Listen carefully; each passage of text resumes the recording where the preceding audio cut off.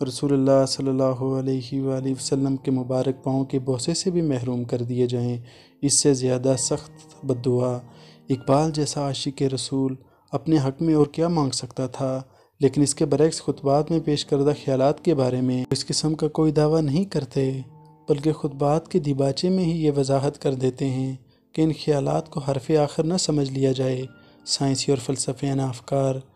تبدیلی اور ترقی کے ساتھ ساتھ ان سے بہتر اور صحیح تر خیالات سامنے آ سکتے ہیں۔ علامہ اقبال کی اس وضاحت کے باوجود بعض سہل پسند اور جلد باز نقاد اور تبصرہ نگار خطبات کو محض فلسفے کی ایک کتاب خیال کرتے ہوئے اقبال کی فکر کے ڈانڈے نیٹشے، ہیگل اور برگساں سے جا ملاتے ہیں، اور بعض انتہائی غیر ذمہ دار لوگ تو علامہ اقبال کو مغربی فلاسفہ کا نمائندہ مفکر اور ان کے فکر کو خطرناک مضمرات کا حامل قرار دینے کی جسارت بھی کر گزرتے ہیں۔ ان غیر ذمہ دار لوگوں کو کبھی یہ بھی دیکھ لینا چاہیے کہ ان فلاسفہ کے بارے میں فرداً علامہ اقبال کیا رائے رکھتے ہیں۔ مثلا نیٹشے کے بارے میں آپ نے فرمایا، اگر ہوتا وہ مجذوب فرنگی اس زمانے میں، تو اقبال اس کو سمجھاتا مقام کبریا کیا ہے۔ ہیگل کے بارے میں یہ رائے دی اقبال نے کہ ہیگل کا صدف گہر سے خالی ہے، اس کا طلسم سب خیالی۔ اسی طرح برگساں کے بارے میں آپ نے فرمایا، تو اپنی خودی اگر نہ کھوتا، زناری برگساں نہ ہوتا۔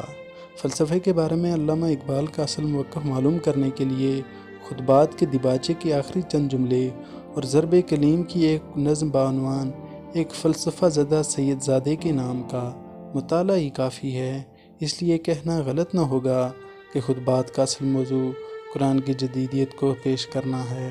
اور فلسفہ کو پیش کرنا نہیں ہے، بلکہ اسلام کی موجودہ وقت کے حالات کے تقاضوں میں اس کی درست تفہیم کو ممکن بنانا ہے۔ مختصر یہ کہ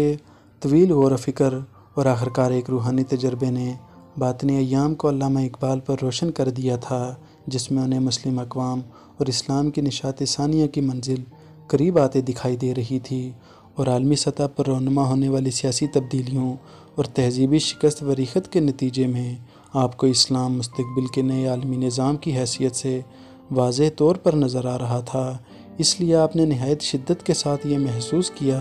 کہ مسلمانوں کو آفاقی نقطۂ نظر اپنانا چاہیے۔ چنانچہ ایک ایسے زمانے میں جب کہ مسلمان پوری طرح مغربی استعمار کی گرفت میں تھے، آپ نے مشرق و مغرب کے مابین ایک فکری مکالمے کی بنیاد رکھی، جس کے لیے قرآنی حقائق کو جدید سائنسی اور فلسفے کی زبان میں پیش کرنا ضروری تھا، تاکہ پوری دنیا کو باور کرایا جا سکے کہ اسلام عصری مسائل کو حل کرنے کی صلاحیت سے بہرور ہے، اور دوسری طرف وہ مسلمانوں میں اجتہادی سپرٹ کو بیدار کرنے کے انہیں پیش آمدہ روحانی، فکری، معاشی اور سیاسی بحرانوں سے نبرد آزما ہونے کے قابل بنانا چاہتے تھے۔ اور ایک مقصد یہ بھی تھا کہ مسلمان جدید فکر کی روشنی میں قرآنی حقائق کو سمجھنے اور سمجھانے اور عصری مسائل کو حل کرنے کی استعداد کو ترقی دے سکیں، تاکہ دور جدید میں دنیا کے سامنے اسلام کو نئے عالمی نظام کی حیثیت سے پیش کیا جا سکے۔ علامہ اقبال کے نزدیک اسلام محض مسلمانوں ہی کا نہیں، بلکہ ایک عالمی نظریہ حیات ہے، لہٰذا خطبات کا اصل موضوع وہ مسائل ہیں جو اسلام کی آفاق گیری اور امت مسلمہ کی حیات مستقبلہ سے تعلق رکھتے ہیں۔ یہی وجہ ہے کہ اس کتاب کی اشاعت کے 60 سال بعد بھی دنیا بھر کے اسلامی مفکرین اس کتاب سے مدد لینے پر مجبور ہیں، اور غیر مسلم مفکر بھی فہم اسلام کے حوالے سے خطبات کو ایک انتہائی معتبر کتاب شمار کرتے ہیں۔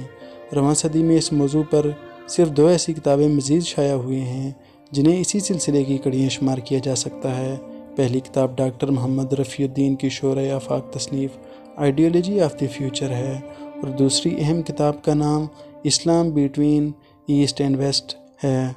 جو بوسنیا کے صدر علیجہ عزت بیگ نے لکھی ہے۔ ان دونوں کتابوں کا مرکزی موضوع بھی وہی ہے جو خطبات میں علامہ اقبال کے پیش نظر تھا، لہٰذا ان دونوں کتابوں کو خطبات کی توسیع قرار دیا جا سکتا ہے۔ یہاں پر ہم نے اقبال کے خطبات کا عمومی جائزہ پیش کیا کہ در حقیقت اقبال کے خطبات کو مرتب کرنے میں ان کا بنیادی مقصد کیا تھا، وہ کون سے تقاضے تھے جو ان کی نگاہوں کے سامنے تھے، جن کو سامنے رکھ کر انہوں نے خطبات کی تشکیل کی۔ مجھے امید ہے کہ آپ کو اقبال کے خطبات کے عمومی جائزے کے متعلق فہم و فراست میسر آ گئی ہوگی۔ مجھے امید ہے کہ آپ کو ہمارا یہ اقبال کے خطبات کے متعلق عمومی جائزہ پسند آیا ہوگا۔ آپ اقبال کے خطبات کو کس نقطۂ نظر سے دیکھتے ہیں اور اس کے متعلق کیا رائے رکھتے ہیں؟ ہمیں اپنی رائے سے ضرور آگاہ کیجیے۔ ہمارے ساتھ جڑے رہیے۔ آنے والی ویڈیو تک کے لیے اللہ نگہبان۔